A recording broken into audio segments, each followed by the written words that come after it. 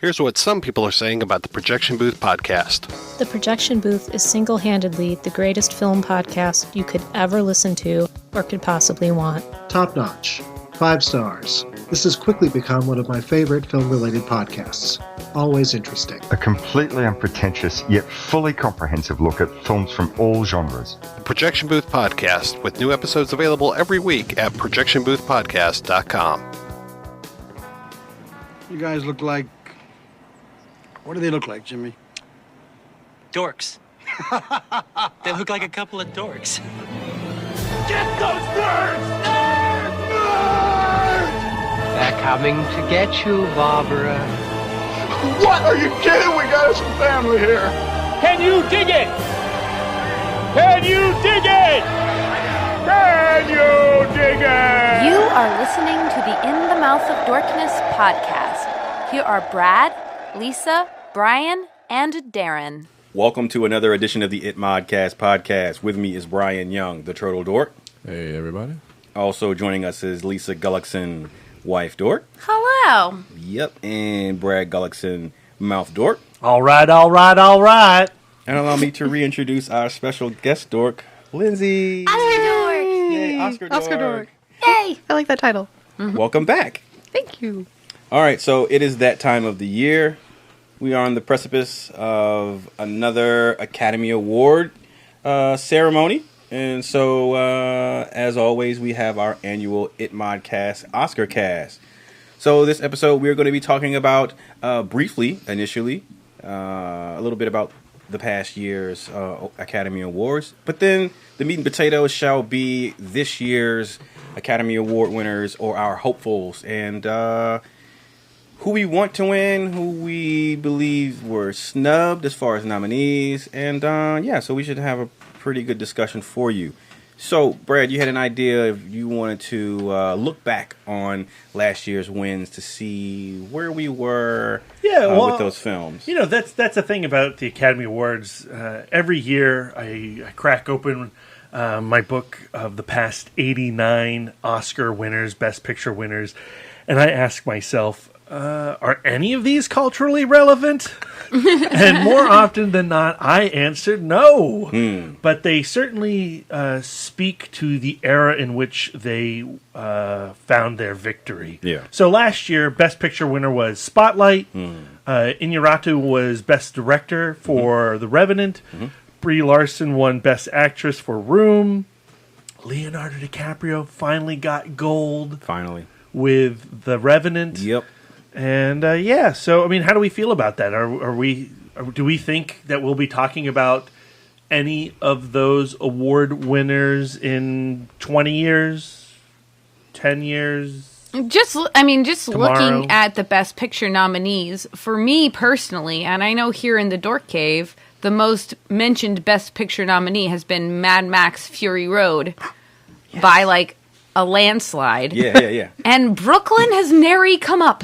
Oh. I have blocked out Brooklyn. Oh. I completely forgot it. I liked it. I enjoyed it. It was like a one of those Hallmark romance movies. Yeah, no, it was really pleasant. It was nice. It was a feel-good movie, but Best Picture nominee, maybe not. I think at this table, Brian was the biggest fan of Spotlight. Yeah, that was in my top 10. I'm looking at the list here. As far as Best Picture goes, I don't see a movie that I think if we look back that we say that, okay, this shouldn't have won over this. The biggest one I can think of in past Oscar years was, of course, Crash in 2005, winning the Best Picture Oscar, because I don't think that movie was deservedly so. Poor Crash. But no, F that film. Yeah. But I don't see anything outside of Spotlight that say, well, this probably deserves this over Spotlight looking back maybe 10, 15 years. I mean, I think Lisa's right. I think Fury Road is the true winner of last year's Oscar nominations. And you're not just saying that to make me smile? I'm not. The Revenant was my favorite film of last year. I'm still pretty confident in my choice in The Revenant. I think The Revenant is a far superior piece of movie making than Spotlight. I think it's a good competitor to Fury Road. Yeah. Spotlight's a solid flick. It's a good movie. I liked it. I mean, and you could also say it's kind of relevant to a lot of the stuff that maybe we're kind of going through now with like just corruption and conspiracy and the media, of course. That's in the news a lot now. But yeah, so I think that's a movie that's definitely going to stand the test of time as we move forward, just in our social consciousness now. Yeah, like piggybacking on that, I think like in today's troubling times, it's nice to have well-made movies about the importance of journalism. Yes, Right. Yes, absolutely. And how about with Leo? Did he deserve it with his bear attack? It's funny looking back in hindsight. I think looking at the other nominees, I don't think anybody else. Let me look at Bryan Cranston, who I love. I haven't seen Trumbo, but Trumbo was entertaining. I liked Trumbo. It was good. Yeah, Matt Damon, get out of here. Good Michael Fassbender, Steve Jobs. I thought he was great, but like you said, that movie didn't really have a lot of traction, so I don't think Michael Fassbender really had a chance. And Eddie Redmayne, he won the year before, so I don't think we were going to see a Tom Hanks out of him. What was he nominated for last year? Jupiter's Ascending. The Danish The girl. Danish Oh, yeah, fuck that. Yeah. All right. So yeah, I guess of those, Leo definitely deserved it. Yeah. And Brie Larson, Room. So the other nominees were Cate Blanchett for Carol, Jennifer Lawrence for Joy, Charlotte Rampling for 45 Years, and Saoirse Ronan for Brooklyn. I'm still pretty confident in my choice of Charlotte Rampling, despite her insane remarks outside of the Academy Awards that year for her Oscars So White. But of those nominated roles, that's the one that definitely hit me the hardest. Yeah. I didn't see Brooklyn. I did see 45 Years. She was good in that. I didn't see Joy. Yeah. I'm not a real big fan of Jennifer Lawrence. I like that movie. I like her. I think that she's good in the right films. Joy definitely was. She had scenes where she got to be crazy, which I think that she's really excellent at. Yeah. Otherwise, that movie was unremarkable. Okay, so given all our feelings about last year's winners, taking that baggage into this year's Academy Awards. Why wasn't Chappie nominated for anything?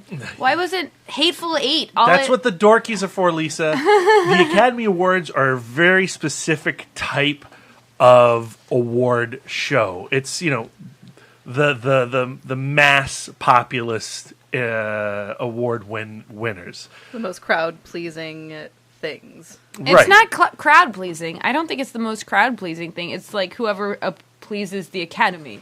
Yeah, well, I think that because if we were going for crowd pleasing, then Mad Max Fury Road would have won. Thank you, clearly. Well, it falls into the cliche of important cinema. So it's whatever the Academy sees as important work. That's what they tend to give their gold statues to. I think Chappie's really important. Yeah, I know, Lisa. I think What We Do in the Shadows is really important. I know, Lisa. Sadly, you're not on the Academy, and you cannot fight the system from within yet. I think Creed was an important film. Was that nominated for anything last year? Stallone. Stallone was. Oh, that's right. Was that the only one? Maybe Coogler. But here's the truth of it. Once the show's over, we forget about it. And then we go about formulating our favorite films that mean something to us. Yeah. So, 2001: A Space Odyssey, one of the all-time great movies, doesn't get any attention from the Academy Awards. Kubrick's never got any attention from the Academy Awards. And that's just fine. Yeah. The Academy Awards is a finite season, but it is always fun to gather in the Dork Cave and talk movies. Any excuse to battle is a worthy one.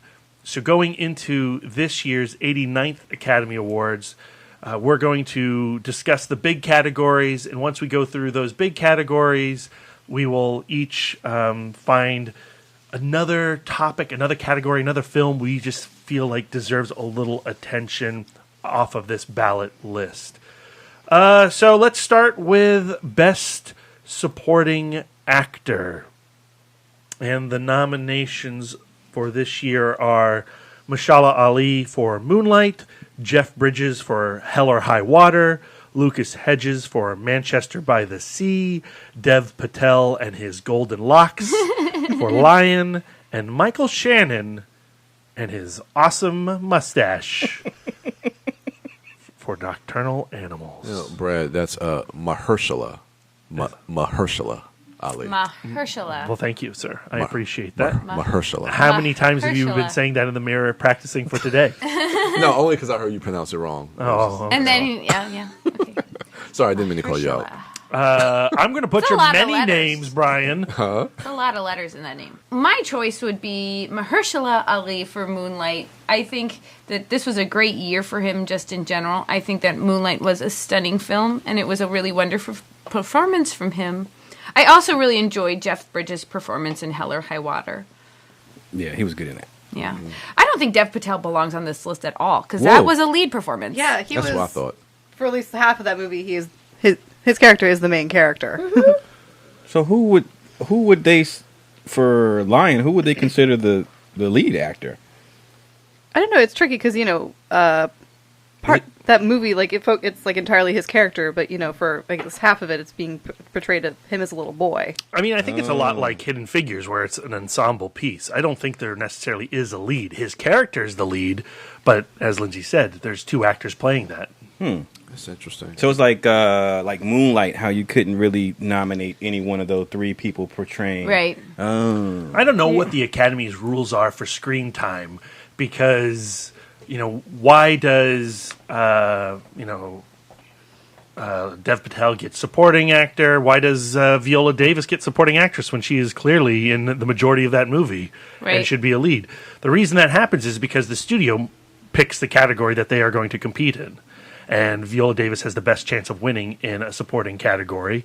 And because she's playing the lowly wife of that story, supporting her man, they throw her in there.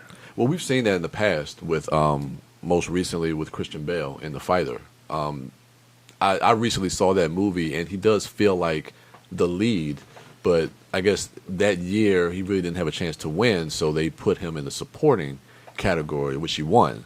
But he's technically, in that film, you could say he is the lead. He's not a supporting character. So again, it's all BS. Yeah. And then also you talk about screen time. I mean, we've seen actresses, I think like Judi Dench, win Best Supporting Actress for really like being only in like one scene of the movie.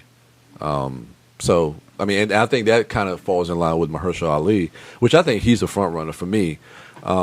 He's only in the film in the first act, but he gives such a powerful and a vulnerable performance playing that character. I think it probably is the front runner. Jeff Bridges I love. He was absolutely fantastic in that movie. I like Mahershala Ali.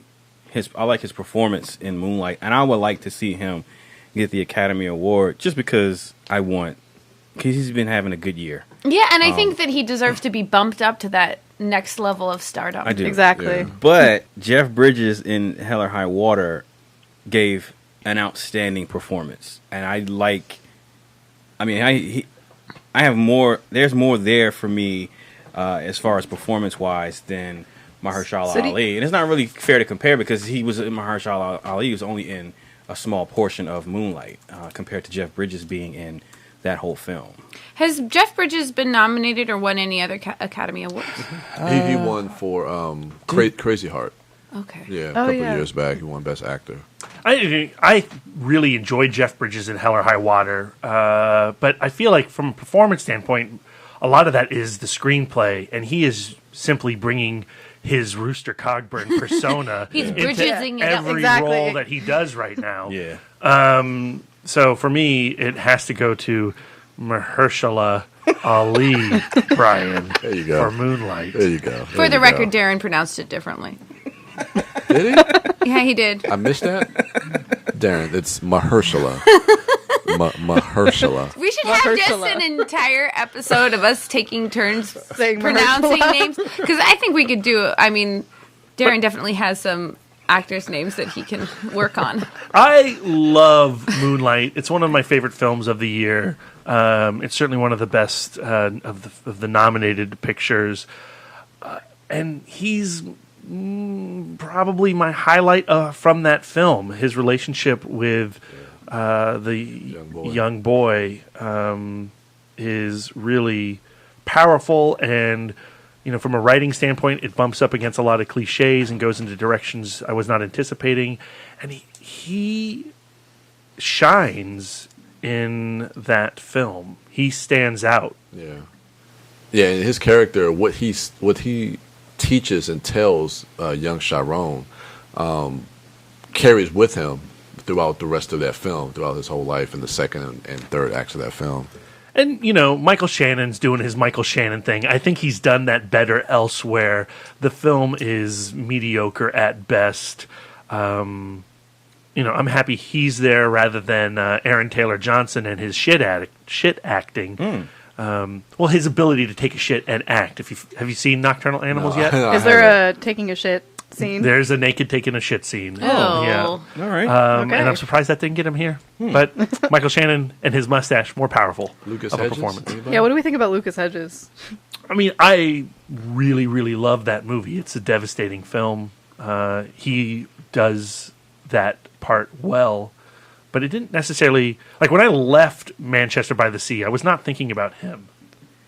Yeah, I think when I was going through these nominations and seeing his name on it, I'm like, oh yeah, that was a part of that movie. Even though, like him and Casey Affleck, their relationship is the basis of that movie.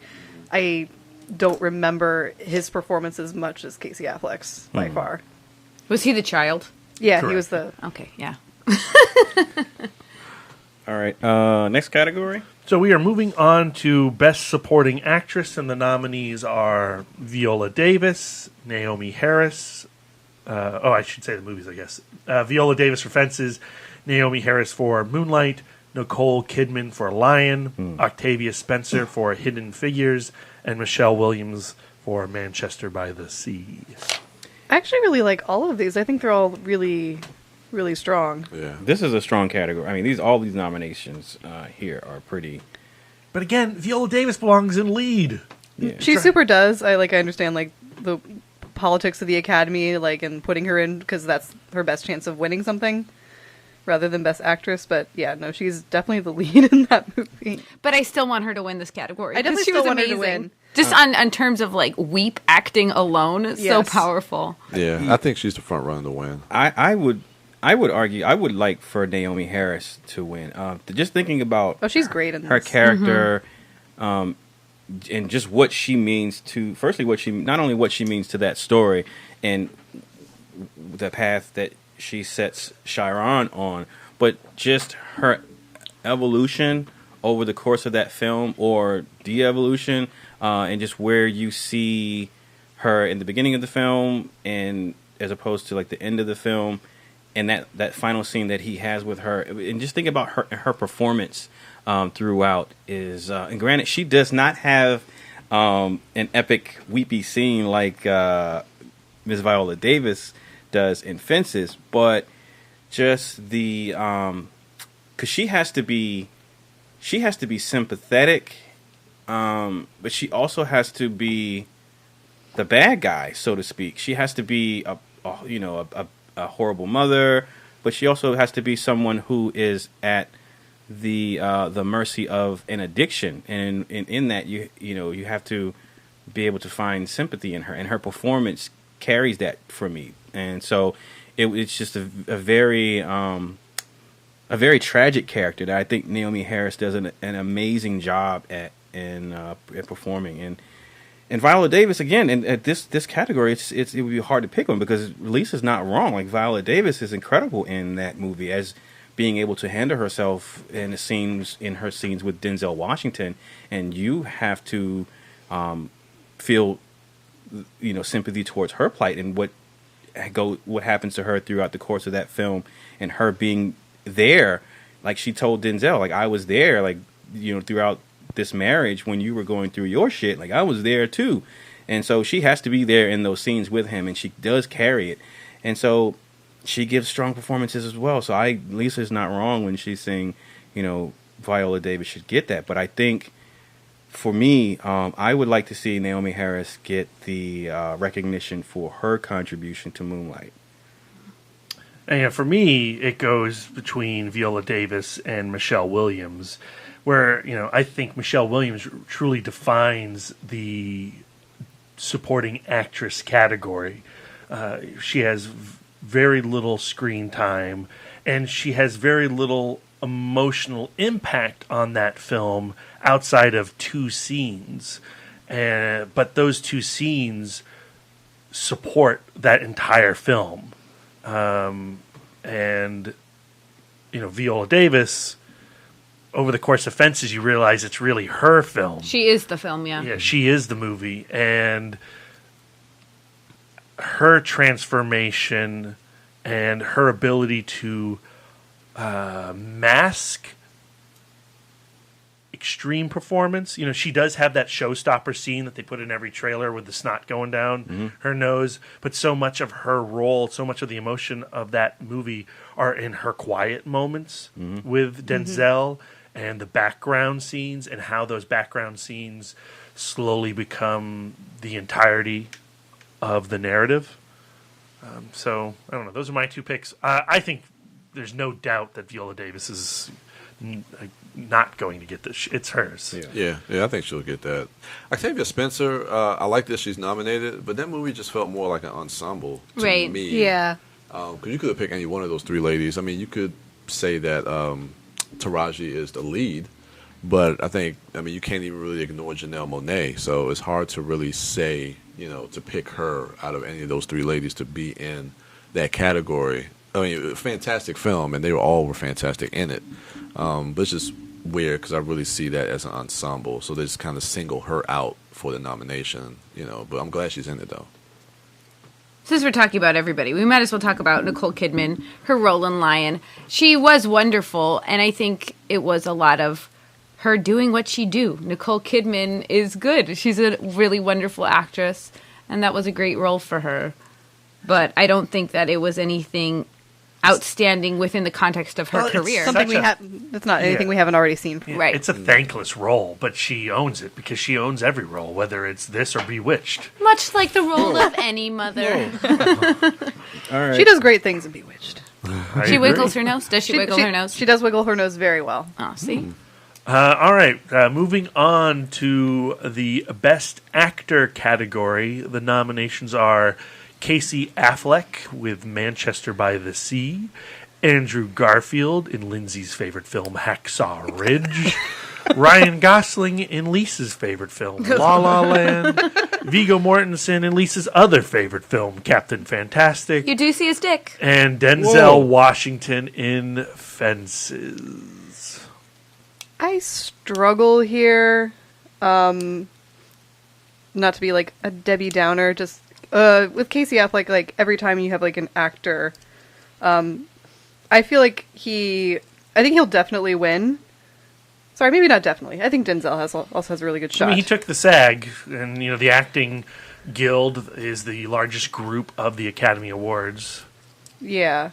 So yeah, it's one of those things where like Casey Affleck, I think his performance is the most like transcendent out of all of these. Like he does amazing, like really subtle things. It is really hard for me oftentimes to overlook, actors getting away with, sexual assault. Right.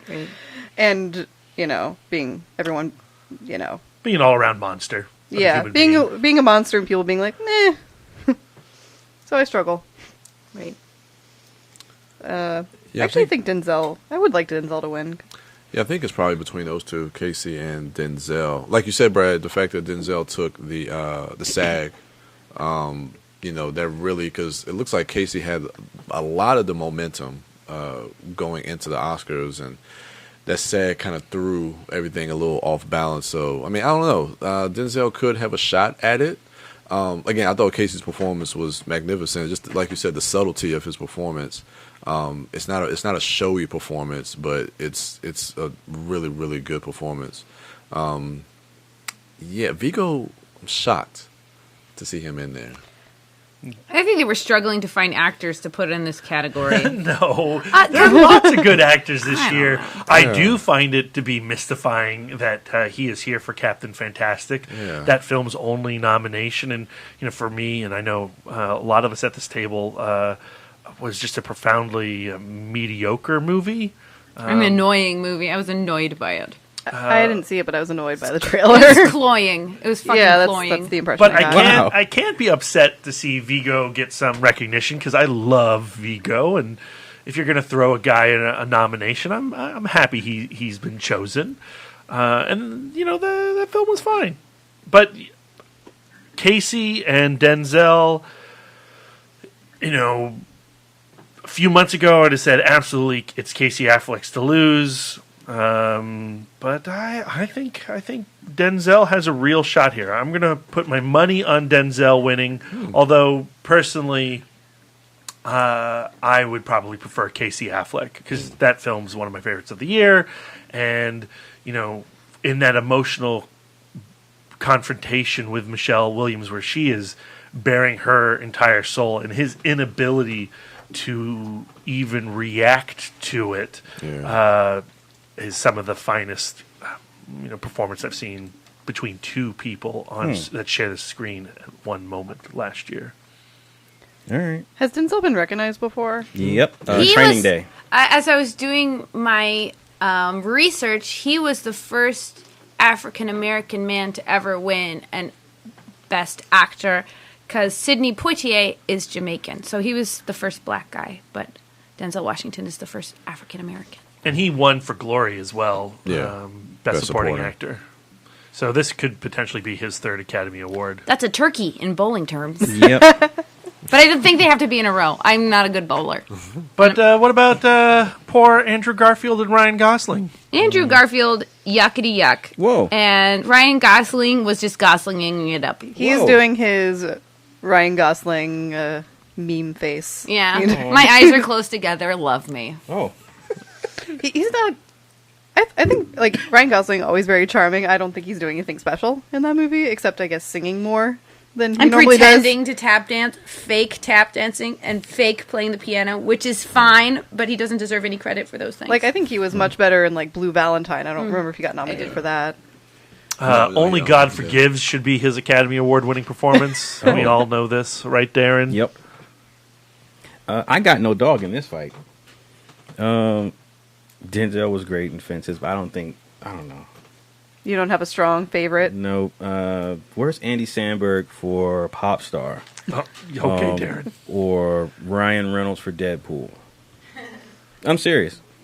They're not on there because they don't deserve it. They do. No. What about more than La La Land? Ryan Gosling. No, Ryan Gosling was I thought perfectly enjoyable, and you can't deny the chemistry that they shared on screen, and that's why people like La La Land.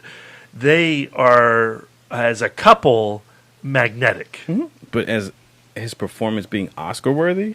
Well, he's not going to win Oscar worthy. Is he Oscar nomination worthy? Just as much as Vigo. Yeah. And certainly more than Andrew Garfield. Oh. If we want to talk about the real stinker this year's Academy Awards, it's Hacksaw Ridge.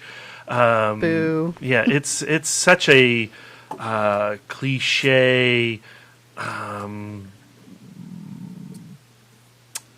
garbage movie. I hate Hacksaw Ridge. Wow. It's of all the nominations on at the Academy Awards this year, Hacksaw Ridge is without a doubt my least favorite film, including Suicide Squad. Shit. I don't think that's true. You could go back to the Dorkies where I picked my least favorite films of the year. Hacksaw Ridge was not on it. But it is just, like Vigo being on this list, really baffling the attention that Hacksaw Ridge has received as a, very ordinary war film, pretending to be something more than. Just because you have a main character, a Quaker, who says, I don't believe in violence, and then the film proceeds to depict horror of war in an extremely gratuitous manner, especially as the film rushes to its climax and limbs are blowing off and Japanese officers are committing seppuku randomly. It's just such a backwards and confused film. And Andrew Garfield, that's a nice accent, Andrew Garfield. But, Silence is nowhere on here, but if we were going to pick Andrew Silence. Garfield... Yeah, it's got a cinematography. If we were going to pick between those two performances, I preferred him in Silence. All right.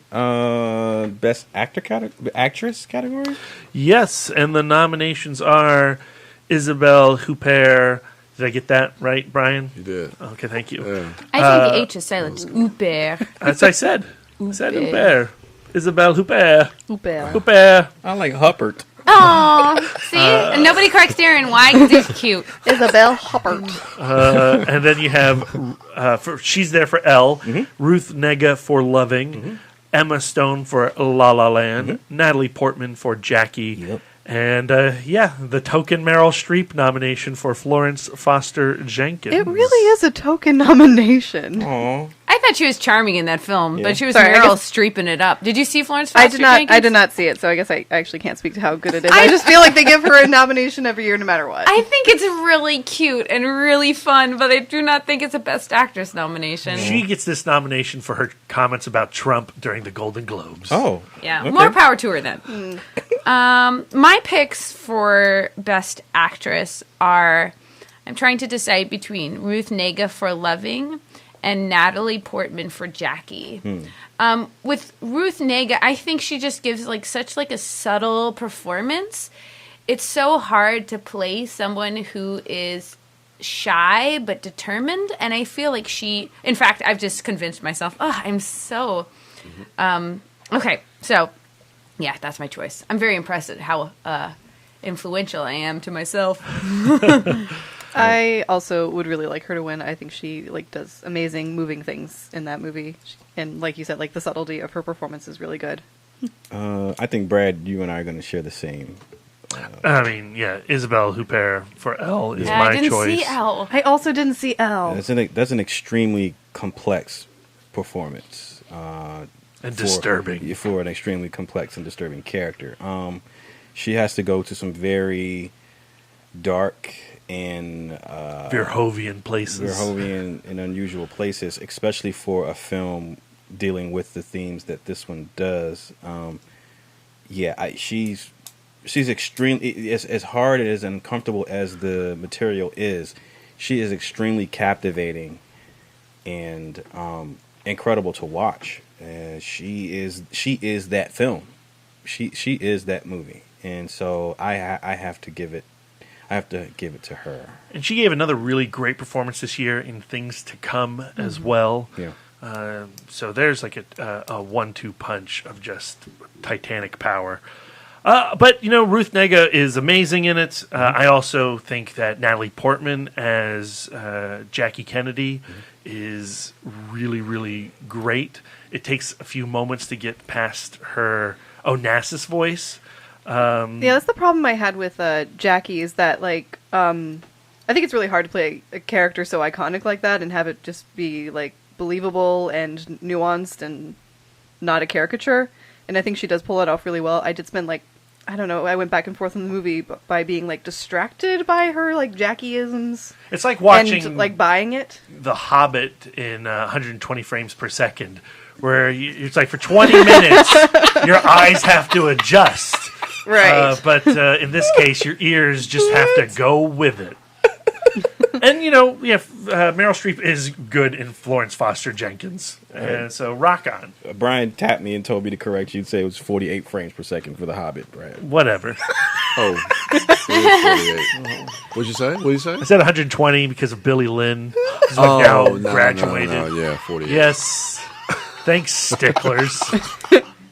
We've tripled our frames per second since The Hobbit. Passing the message along. All right. Who you got, Brian?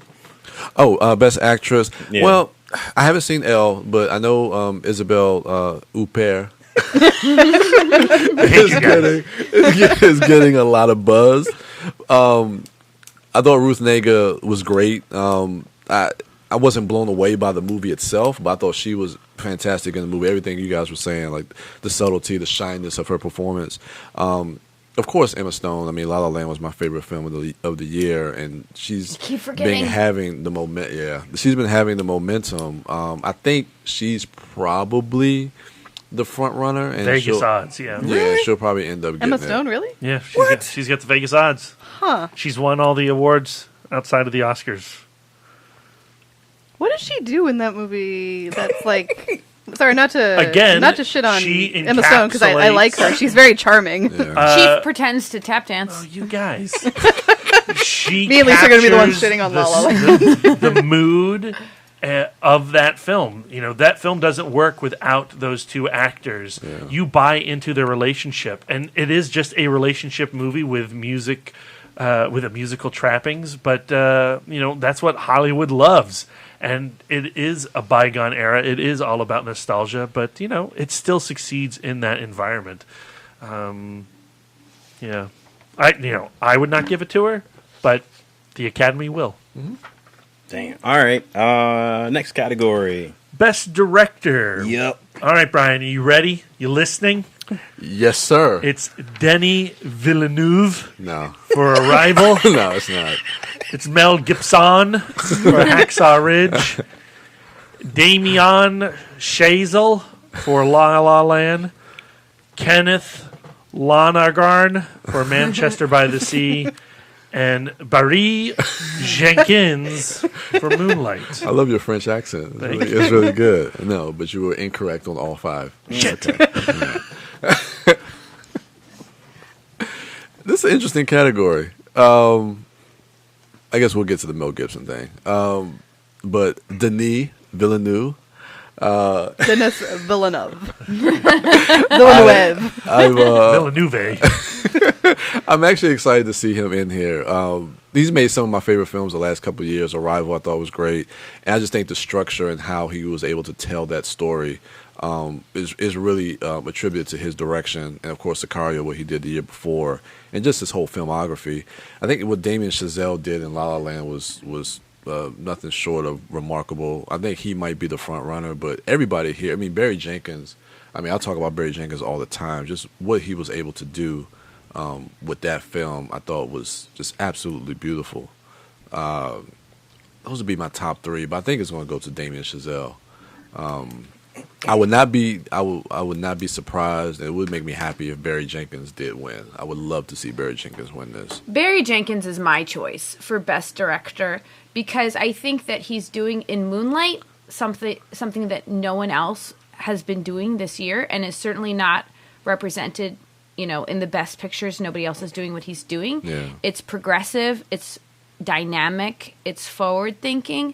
And Brad was saying how Mahershala Ali was was the standout performance. Yeah. But I think that Barry Jenkins is the standout performance in Moonlight. The way that story is constructed and told just visually is stunning and remarkable, and I think that he really does deserve Best Director. And also in direct contrast to Damien Chazelle, which I think is a celebration of nostalgia, and the very definition of nostalgia is things that have been done before. I do not think that there is anything outstanding in even though it's a great and entertaining movie.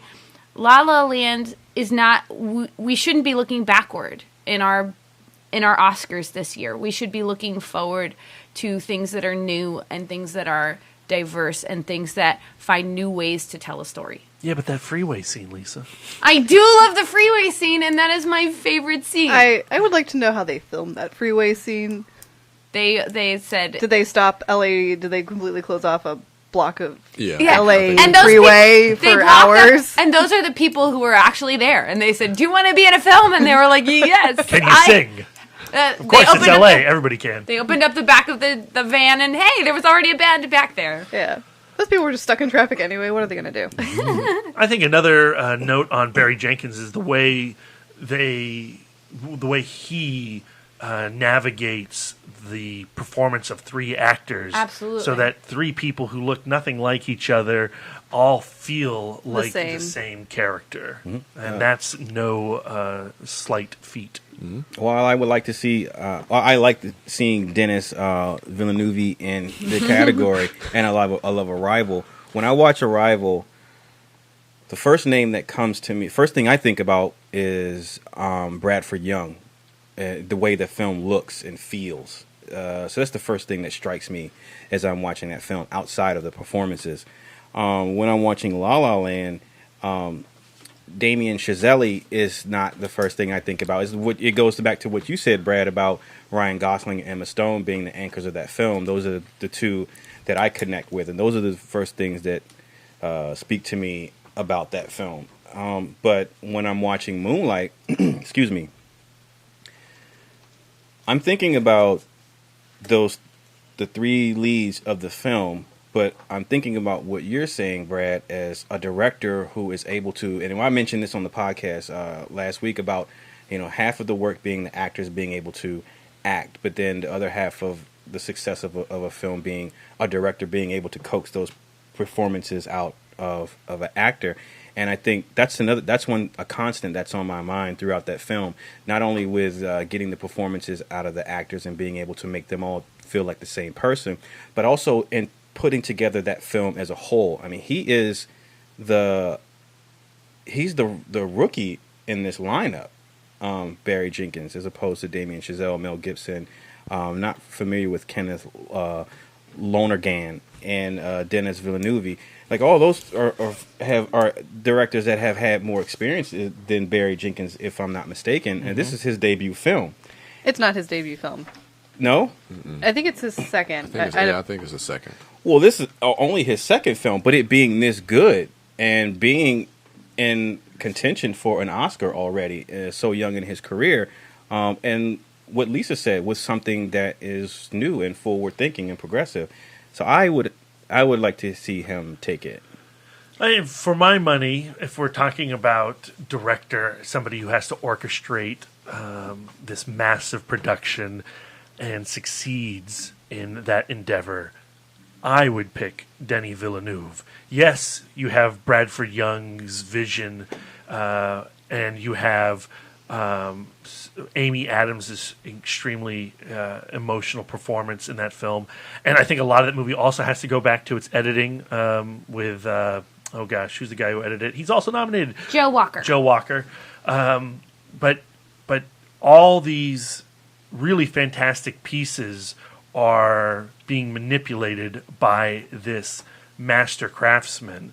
And with every film, Villeneuve is progressing into Kubrickian heights. And I think when you look back on these directors on this list, the guy who's going to have the longest life and impact as a filmmaker is going to be Denis Villeneuve. But everybody knows that sci-fi films do not win. Well, Best he Director. doesn't have a chance in hell of winning Best Director. It's going to be Damien Chazelle. That's La La Land's got this, people. Sad. God damn it.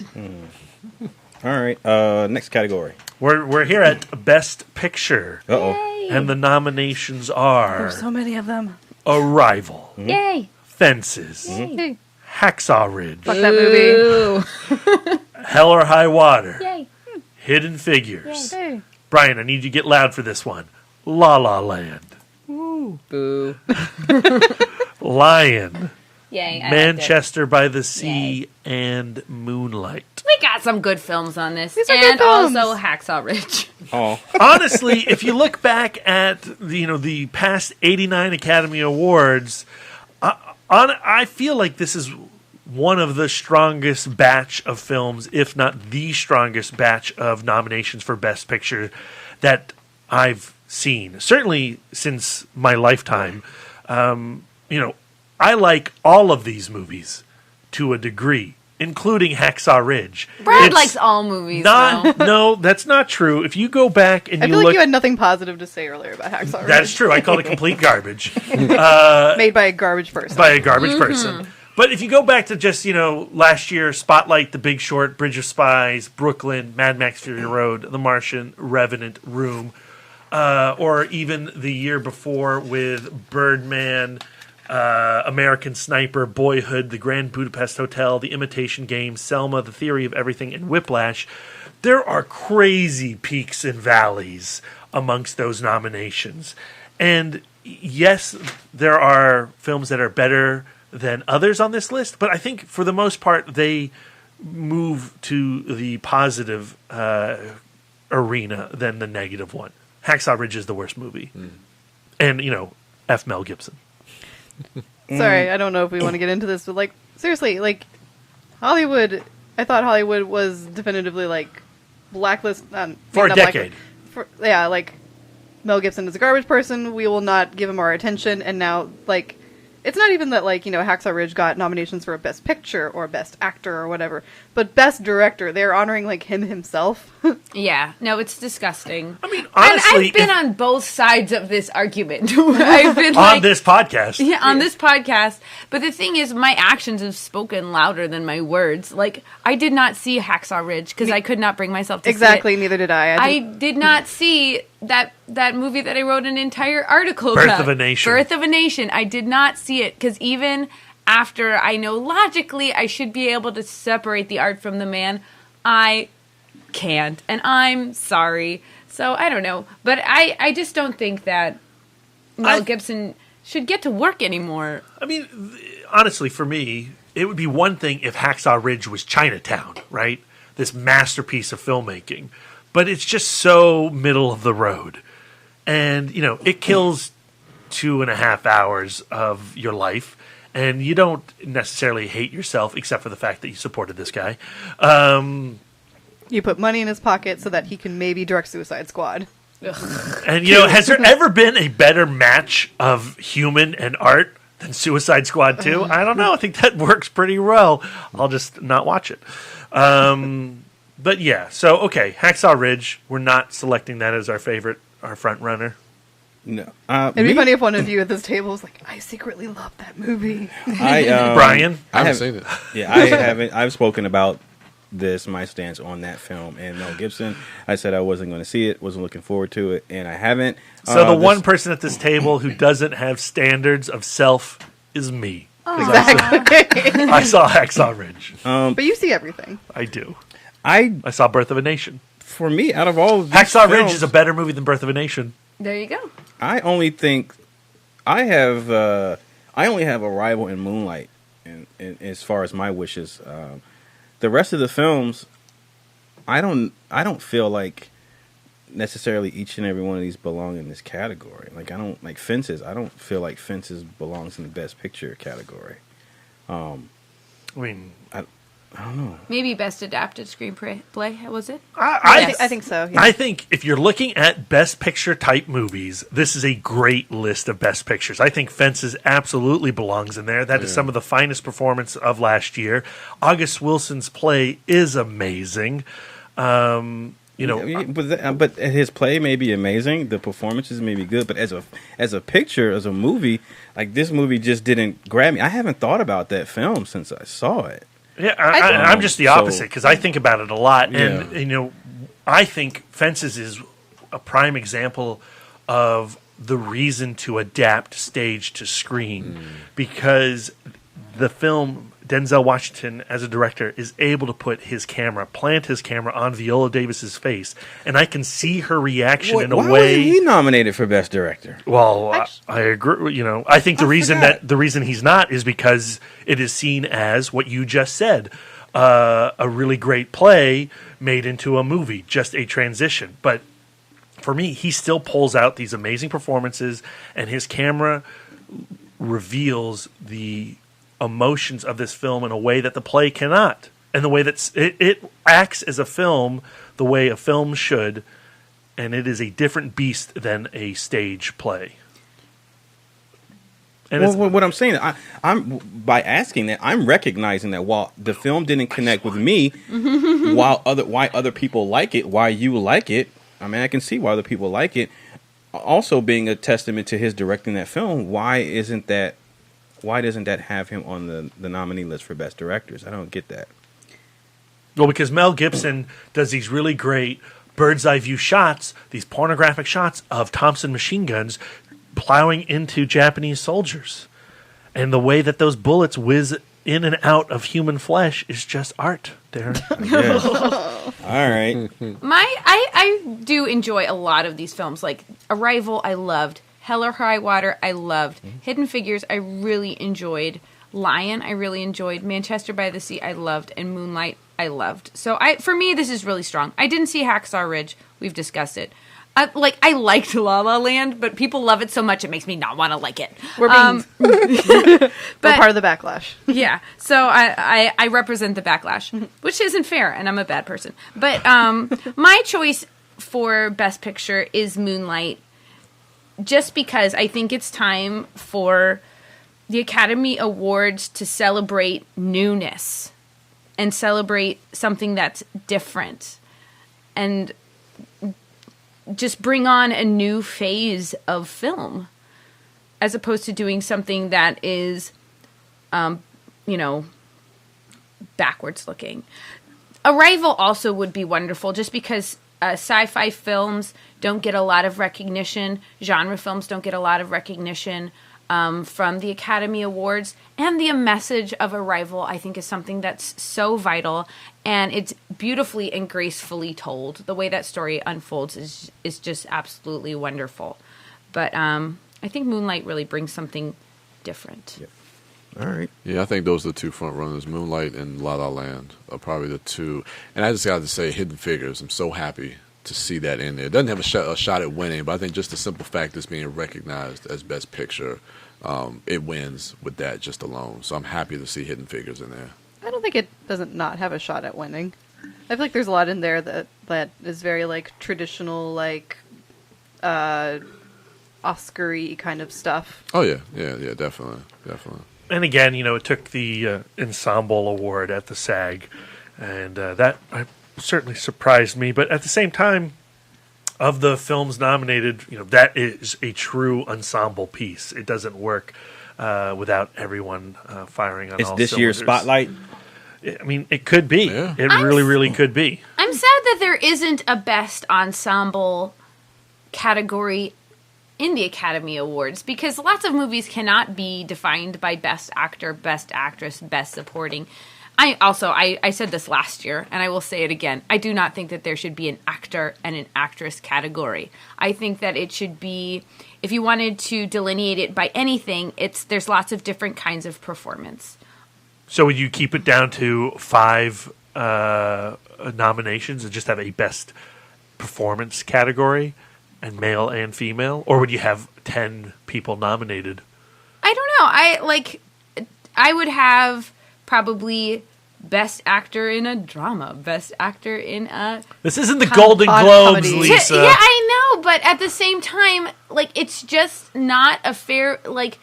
actors and actresses are doing the same job. They're doing the same job, and to separate them creates this binary that doesn't exist. Also, we now know that gender is a spectrum, and by creating a binary actor and actress category, we know that that doesn't apply to all people anymore. So it just goes back to that backward-looking thing. So I think that we could delineate this into people doing different types of jobs. What about, character actors? They never get recognized, and they're in every single film. Why don't they have a category? I mean, they could be best supporting, but they never get recognized. They should have a category. I'm not in charge. But if I was, I'm running for the Academy. Just as a podcaster, we should be represented. Best podcaster on a movie podcast. Well, the best movie podcasting. I'm not a podcastress. I'm a podcaster, and I insist on being recognized. I want to call you a podcastress now. It does make me sound... It sounds like I should have a whip. She does. My selection for Best Picture... Oh, shit, I'm sorry. ...would be... Hell or High Water is my favorite film of the movies nominated. Yeah. I think it does a really excellent job of looking backwards. It is certainly a nostalgic film to the style of crime and Western story that was at its height in the 1970s. But I think there has also a lot to say about how Mr. Trump got to the presidency in this film as well. And it speaks to our political climate and our economic climate the way that Killing Them Softly tried to do a few years ago, another film that I really, really liked. But I feel like it took that style of statement and succeeded with it in a stronger fashion. Yeah. And Chris Pine and Ben Foster, if we're talking Oscar snubs, they certainly belong on this list more than, say, Jeff Bridges. And so I love Hell or High Water, but La La Land is going to win. All right. I like the way that, like, in Hell or High Water, like, all the pieces come together to create, like, I don't know, I feel like that is a story that's, like, almost perfectly told for me. Just, like, you know, everything, like, I think it's, like, the script is spot on, and the performances are amazing. And, like, it's, like, like, the ending is one of my favorite endings of recent memory. Absolutely. Just a nice little conversation. My pick to win would be Moonlight, but I really like a lot of these. I really love Hell or High Water. I love Arrival. I love Fences. Lion's pretty good. Yeah. Yeah, they're all pretty good. Except for Hacksaw Ridge, which is only okay, but I hate it. Whoa! All right. So is that it? So those are the top. main. Those are the top categories. But is there anything? I thought we could go around the table. Is there a film or a category you think we need to discuss before we get out of here? I want to marry the best original screenplay nominees. Oh yeah, these are. Sorry. Hell or High Water, I love, and you're exactly right. It is a perfectly told story. The Lobster, I love, and 20th Century Women. I love that movie. I really enjoyed it. I was leaving. What did I see the other day? Oh, I saw United Kingdom the other day, and as I was walking out, I was just like, 20th Century Women is playing in 20 minutes. I should just go see it right now. I still need to see that.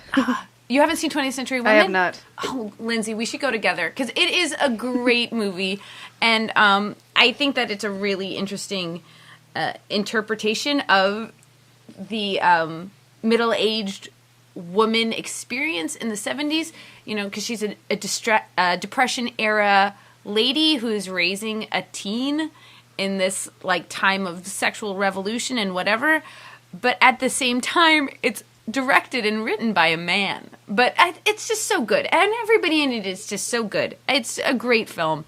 But I loved The Lobster. The world building in The Lobster. It was just so creative. There was nothing like it. And if any of those three movies won Best Original Screenplay, I would be thrilled. But maybe I want The Lobster to win. Maybe, I don't know. I put The Lobster on, like, my best of list 2 years in a row, which is probably not fair. Me? I just got to see it before I got a U.S. release. You pulled the Darren is what you did. Yeah. That's what I did. Yes. You know, I obviously want to champion Bradford Young for Best Cinematography for Arrival. He's in the category with Linus Sandgren for La La Land, Greg Fraser for Lion, and James Laxton for Moonlight, which also has outstanding cinematography. And even Rodrigo Brian, how do I pronounce his last name? Prieto. What Brian said for Silence. Now, Silence I did get a chance to see, and I really like the look of that film. It has some very moody and striking imagery. But again, what Bradford Young is doing at such a young age and already crafting a prolific career with Arrival, a science fiction film, bringing his style. And if you've seen any of his other films, not necessarily genre work like A Most Violent Year or even Selma. Ain't Them Bodies Saints. Yeah, and then to take his particular style and apply that to science fiction, it's just very exciting. It goes back to what Lisa's saying as far as, you know, something new and progressive and different. And for Bradford Young, his career seems to be all about that. And again, for him to be so young and African American, not that matters, but I want more African American people to see someone that looks like them being successful in fields that aren't normally predominated by African Americans, so they can be inspired too to create more art for the world, because that's all it does, is just inspire more art.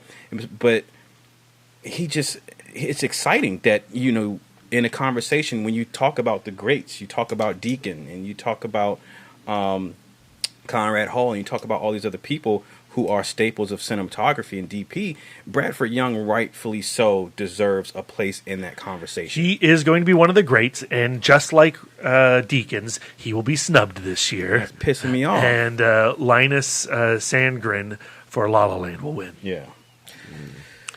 Yeah, the one I wanted to talk about, well, Yeah, best cinematography. That's a very competitive category. I think all of those entries are pretty strong.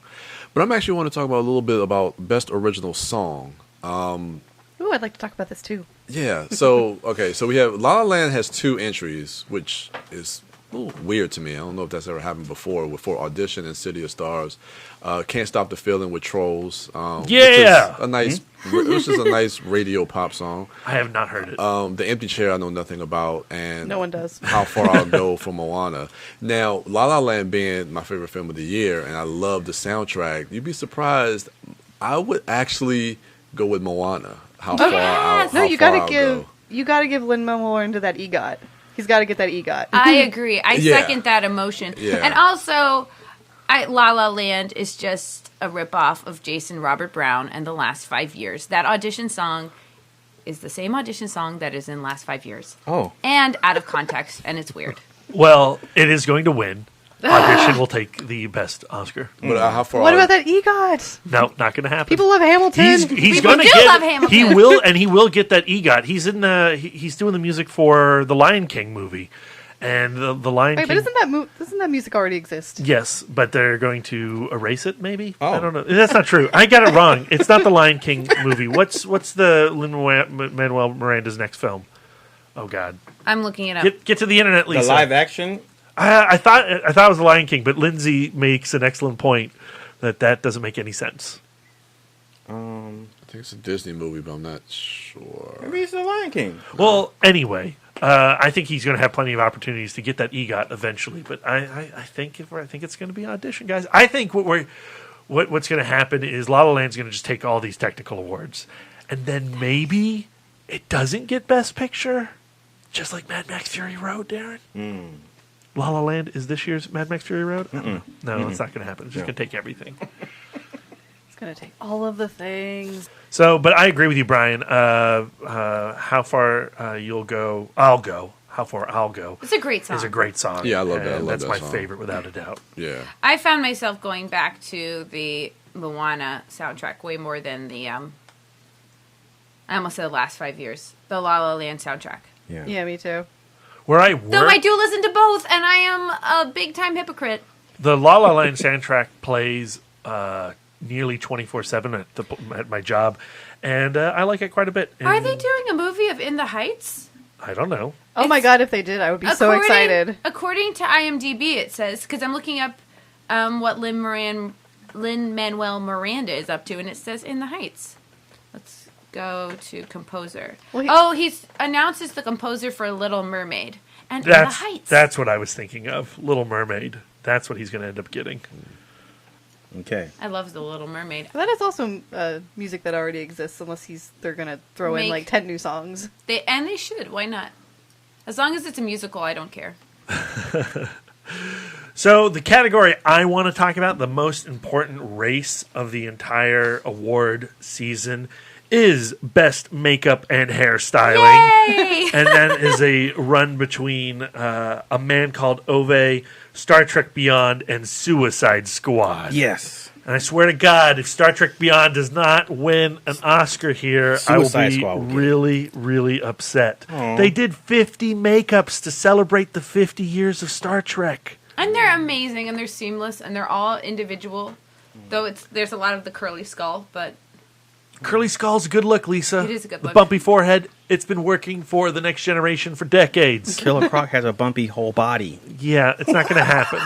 And, part of me's like, well, they're just going to give it to A Man Called Ove because that's the classier film with that old man makeup. But What is that a drama film or is it like a regular drama? it's a dramedy, but heavier on the drama. It's nominated for Best Foreign Film as well. Yeah. And it's a really good movie. I liked it a lot. Yeah, Brian and I really saw it at Lost Weekend last year when you were in Fantastic Fest cheating on us. I regret nothing. And it was one of my favorites of that year. But Star Trek Beyond, that's the true winner. It's just gotta be. We'll find out next week. Like, no way Suicide Squad gets it because of the Jared Leto makeup. Oh, I would say for the Killer Croc makeup. That's not that special. There's no definition to that makeup. That the Killer Croc is just like you said, bumpy skin. That doesn't look like Killer Croc. That's not how Killer Croc should be. No, that's just wrinkly latex. Plus, it's probably all CG'd out. I don't trust any of that. No, CG'd out. It's garbage. We don't like it. Margot Robbie has some great runny eyeshadow. And the little the pink and blue highlights in her hair. Not how Harley Quinn should look. Every 12-and-a-half-year-old has accomplished that look since. So boom. Well, I mean, it was. I tried to do that makeup myself. It was actually really easy. Yeah, I bet. But So, you have yeah. some skills. You have Star a face. Trek Beyond. All right. That's it? Yay! Oh, wait, can we talk about snubs? Yep. Oh, well, Lindsay had something. She wanted to talk about a category. Okay, sure. Yep. Yes, go first. Oh, I'm sorry. Never apologize, Lindsay. I apologize all the time. So I haven't seen most of the movies in like documentary or foreign films, but of the ones I have seen, I feel like there are some standouts. I really liked 13th. I just watched that yesterday. It like for That's me, amazing. the 13th. Watching the 13th is like being crushed by a boulder. Like at first you're like, I know this boulder is there. And then by the end of the film, you're like, this boulder is way heavier than I could have even imagined. And it's piled on by more and more boulders. There's more boulders. It's boulders all the way down. But I feel like that's a really important documentary, and I feel like it's one everyone should see. And it's on Netflix, so it's easy to see. And if you watch it on Netflix, it rolls right into an interview with Ava DuVernay and Oprah, which is a great palate cleanser because it is a lot... Ava DuVernay speaks a lot about her process. Each of those interviews she did, those were each 2-hour interviews. She sat with Newt Gingrich for 2 hours to get out of him. And so just in terms of what's on the cutting room floor, the fact that she was, directing other films while she was making this film. And she did a whole season of a TV show. She did a whole season of a TV show, and which is also great. Yes, and so this is a big time passion project, and plus Ava DuVernay and Oprah Winfrey. Just you can't find two more dynamic people to have a conversation. So and it leaves on a much more hopeful and positive and proactive note, I think. But this is another strong category. Next to 13th, we have Life Animated, which was beautiful. I Am Not Your Negro. That movie was amazing. Fire at Sea, and of course the cinematic, very movie-like OJ Made in America. That is not. I'm sorry. What is that? So I was confused. It's a mini-series. That does not belong on here. It's not a film. So it's not. I was going to ask because you talked about that. Yeah, show, it's like an 8-hour.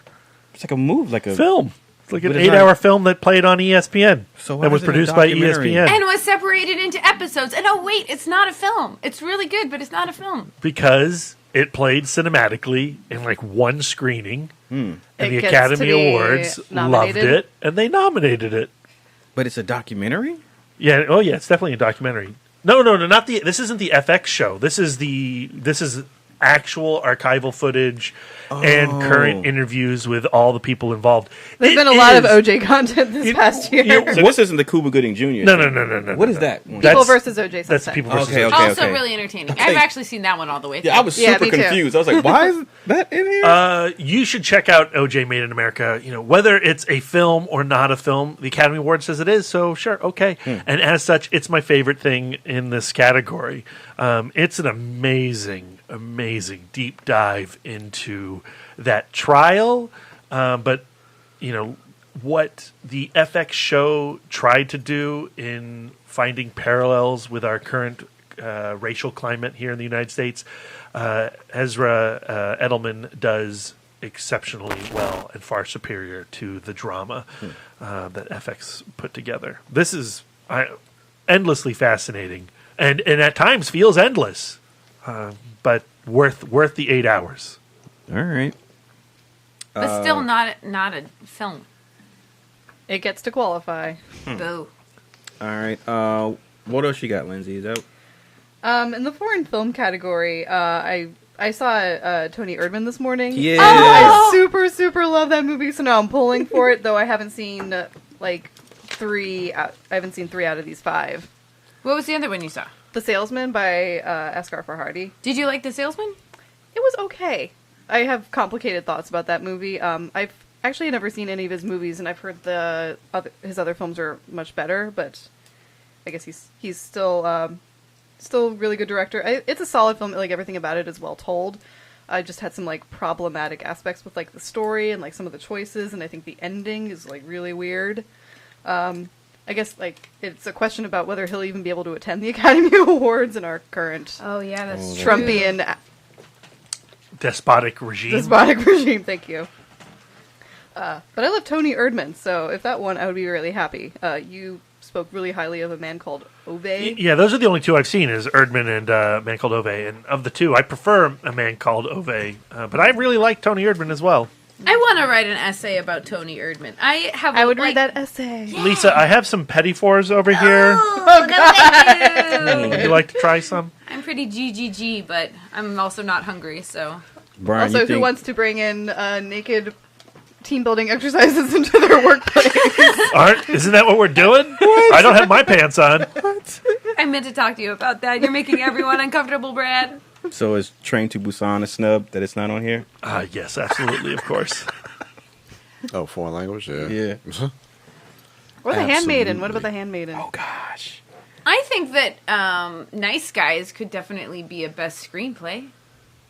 You think so? You look at me skeptically. I enjoyed that film, and I thought it was expertly written. Shane Black is amazing. Yeah. And it's funny, and there's nothing else like it on Not on this list, but I think Kiss Kiss Bang Bang is The Nice Guys done better.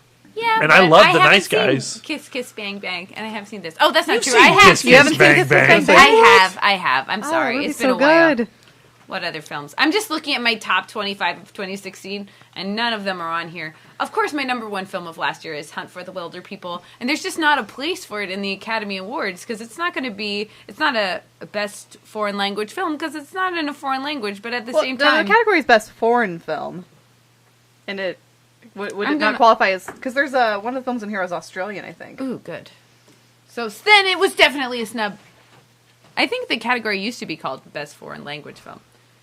That's what it has on my ballot. It says best foreign language film. Uh-oh, inconsistent. We might need some clarification. I'm going to Google it. Either way, just it like got I Googled screwed. that other thing. Yeah. No Swiss Army Man. I know. Huh. What would that fall under, though?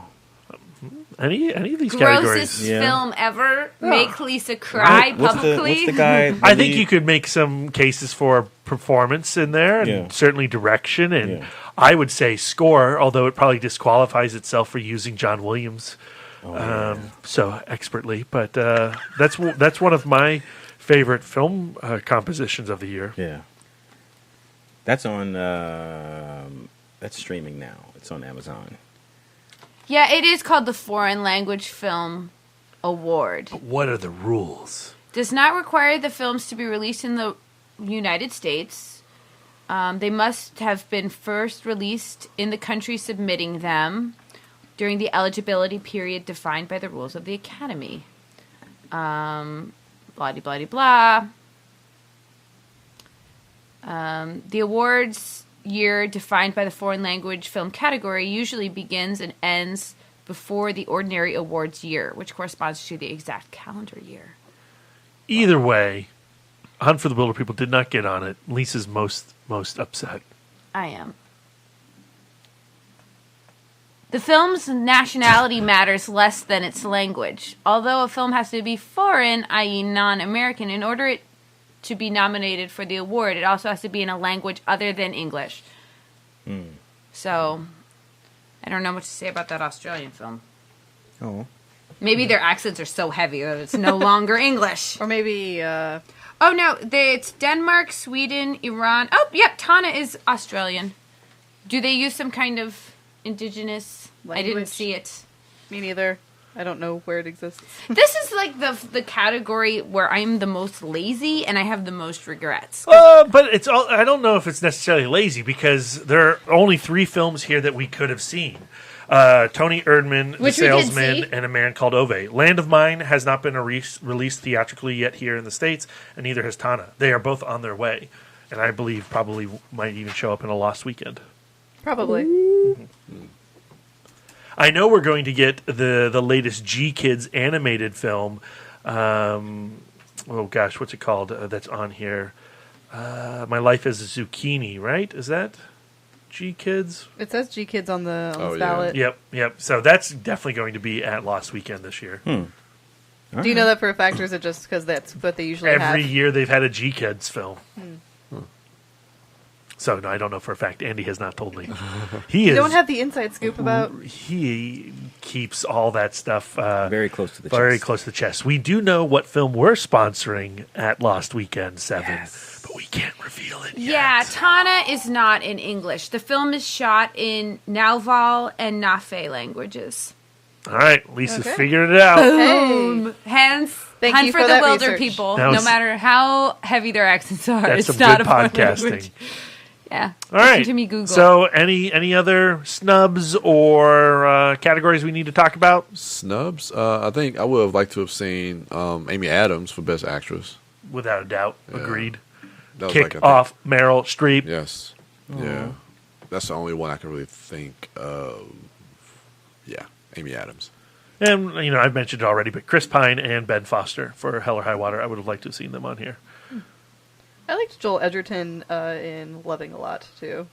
Wouldn't have mind seeing him over Andrew Garfield, at least. Yep. Or Vigo. I guess I haven't seen Vigo or Andrew, but I was like, I bet Vigo did good. Vigo, I like him better. He does good work. I don't know. Like, this is the hardest thing for me and the Oscars is the Oscars doesn't represent the kinds of movies I'm interested in seeing at all. So I'm looking at my best of 2016, I mean, and I look and I'm like, 10 Cloverfield Lane. That's a great film. How come that's not on here? And it's because, why? Because why? Yeah, where's Batman v Superman? Where's Batman v Superman? What the fuck? Where is Star Trek Beyond besides just being... What about that for score? Did we talk about that already while I was Googling? Giacchino's score is good in Beyond, but I think he, he's spinning off of themes that he created for the 2009 film, and I think the 2009 film is where you get the real recognition of that movie, which I don't think was ever nominated because, like you said, Lisa, genre films get snubbed, man. All right, so there you go. The 89th Academy Awards. So all that is left to do is wait and see. So we have about a week left until the Academy Awards. So we will be. Are you going to make it to the Sears? Oh yeah, because they always throw the best Oscar shindigs. So that's where I will be watching the festivities. So get ready, Ryan and Emily. We're coming. Yeah, use our expert opinions and place your bets based on this podcast. I lost so bad. There was like one clairvoyant there that took every category. I don't remember his name, but I hope that he gets a flat tire. Nostradamus. Yeah, Nostradamus was there, and he took all of the categories. And he was all humble about it, too. Where I know that if I was winning that hard, I would not have been so gracious. Just select La La Land, and For you'll do everything. okay. Boo. It was an It's like La La Land for everything. Brian, one last opportunity to talk to these haters over here. Why is La La Land so great? You love it. It's your favorite film. We've been so negative on this movie. And I didn't hate it either. I know, which really drives me liked it. crazy about you backlashers. Yeah, I I'm liking it fine. Like, I liked it fine.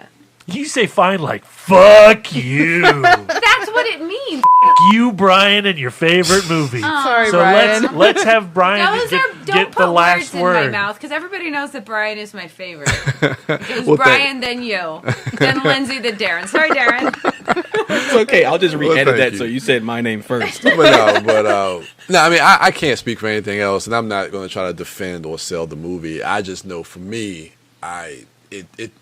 it was my best experience I had watching the film this year, hands down. I mean, there is a backlash to the film, and I get why. Is that why you're sitting on the opposite end of Lisa now? We used to be neighbors. Yeah, used to be neighbors, but no. I mean, I think it's an absolutely fantastic film.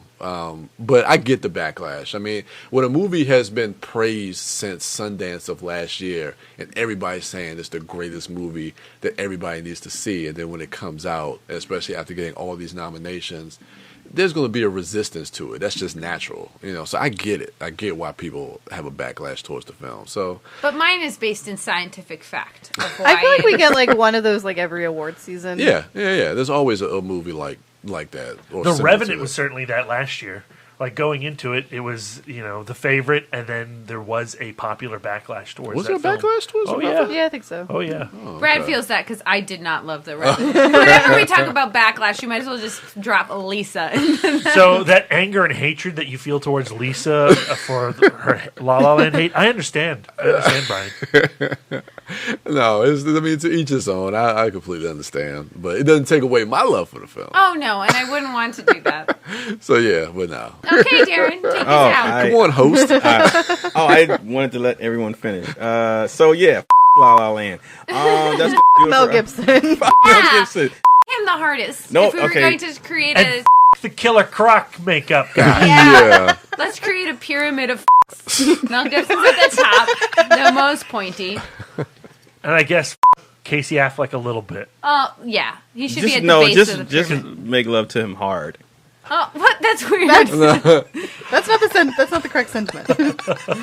All right, Casey Affleck too.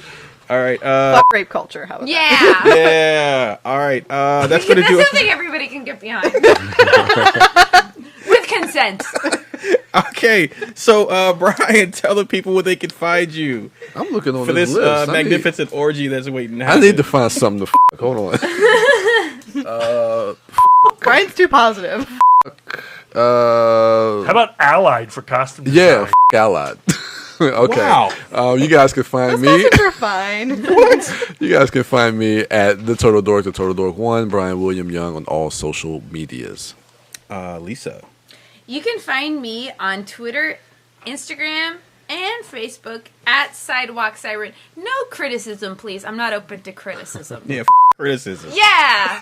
Brad, where can they find you? You can find me f***ing all kinds of things on Twitter, Instagram, Untapped, Tinder, No. at Mouth Dork. Don't look for him on Tinder. Swipe left. Lindsay, where can they find you? You can find me on Twitter at Decree of Freya and Lindsay Aston on Snapchat, Facebook, Instagram, everywhere else. And I am Darren Smith, the Disco Dork, on And Twitter, Instagram, and Facebook at the Disco Dork. You can find me there. I'll respond to you after I am done applying the censor beep heavily to this episode. Yeah, Brad, you had something you want to add to that? No, I think that was Darren. I was going to say passengers. Oh, yeah. Passenger. Oh, yeah. Was that nominated for something? It was nominated No. for Yes. score. No, Best original score and design. And That movie had a production score? design. It did? An original one? The score was a lot like its poster. Oh. Unremarkable. It was the audio version of the poster. Yeah. I'm going to put together some thoughts about scores from the past year, because there were some good ones that are probably not nominated. Yeah. Yeah, I'll pass it. Okay. Yeah. All right. So that's going to do it for us. Thank you all for listening. You can reach out to us on social media and to help to discuss further the Academy Award nominations, and even after the Academy Awards, the wins and losses. And also, if you want to something and let us know, just hit us up. That's going to do it for us. Thank you all for listening. Enjoy the rest of your week. Be on the lookout for our ItMod homework episode with Magic Mike Double XL, and then our Fistful Friday episode, which will be our fistful of Oscars. And we should also have a new chat cast on Thursday. Oh yeah, Karin Kusama. Yeah. Ooh, I'm excited to hear that. Of Girl Fight and The Invitation, which is an awesome film. Oh, also Jennifer's Body. And Eon Flux. And I like Eon that Flux. movie. Yay, Furiosa. Hands for Feet. And XX is available now, right? That's right. So check that out. It's streaming now. So that's going to do it for us. Thank you all for listening. And until next time. I owe everyone an apology. Apologies.